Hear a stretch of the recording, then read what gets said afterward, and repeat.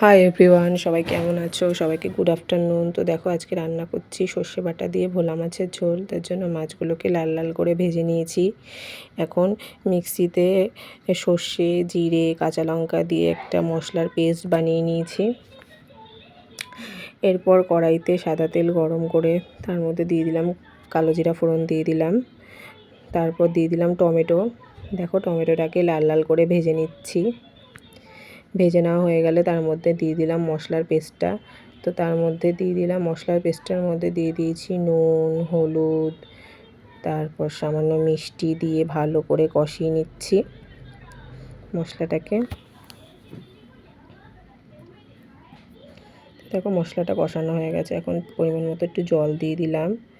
জল দিয়ে ঝোলটা ফুটে উঠলে মাছগুলো ছেড়ে দিয়েছি। তো ঝোল ফুটে এসছে, তো এখন নামিয়ে নেব। তো দেখো রেডি হয়ে গেল আমার ভোলা মাছের ঝোল। তো ভিডিওটা তোমাদের কেমন লাগলো? ভালো লাগলে অবশ্যই লাইক, কমেন্ট, শেয়ার করে দিও।